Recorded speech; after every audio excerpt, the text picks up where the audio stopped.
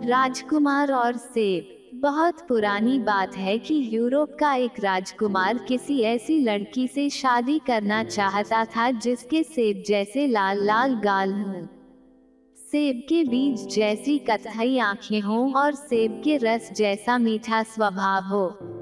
लेकिन ऐसी लड़की उसको अपने राज्य में कोई मिली ही नहीं, इसलिए वह ऐसी ही एक लड़की की खोज में दूसरे देश को चल दिया।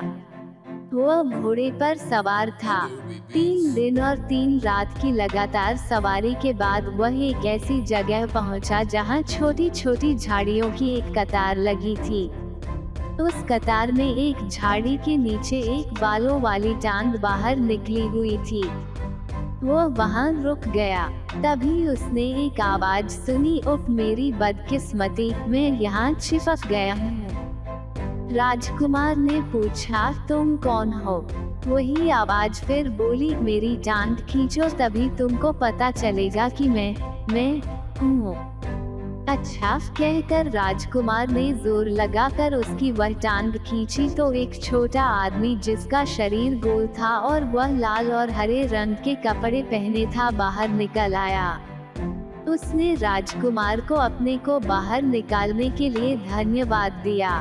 राजकुमार ने पूछा, मुझे तुम्हारी सहायता करके बड़ी खुशी हुई, पर तुम इन झाड़ियों में क्यों पड़े थे, ये तो बताओ। वो आदमी बोला, एक राक्षस ने मेरी बेटी को चुरा लिया है।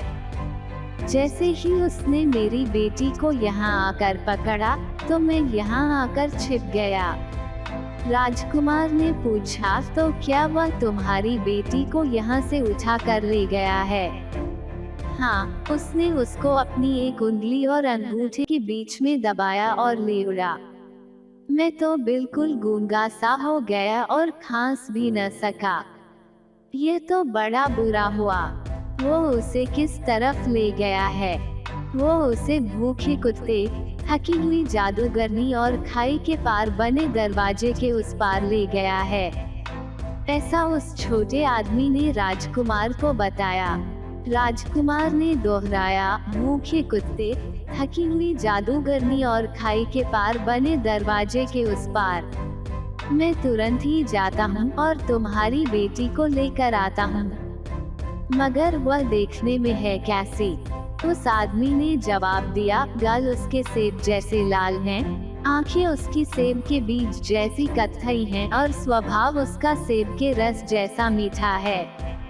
अगर तुम। यह सुनते ही राजकुमार को इंतजार कहाँ, इसी लड़की की तो तलाश थी उसको। सो वह तो यह जा और वह जा। वो तुरंत ही अपने घोड़े पर सवार हो गया और दौड़ चला।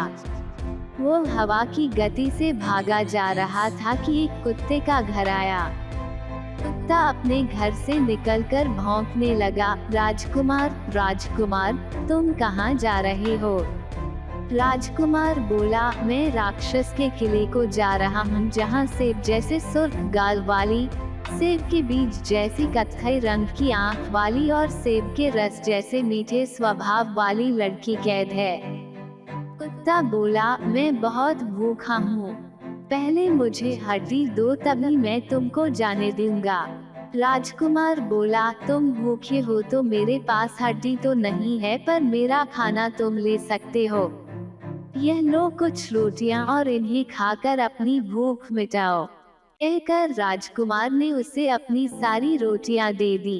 कुत्ते ने खुशी से वह रोटियां खाईं और राजकुमार से बोला, जाओ राजकुमार, भगवान करे कि तुम उस लड़की को छुड़ाने में कामयाब हो, मगर याद रखना अगर तुम्हें वह लड़की कहीं दिखाई न दे तो वहाँ एक सेब रखा होगा, वह सेब उठा लेना।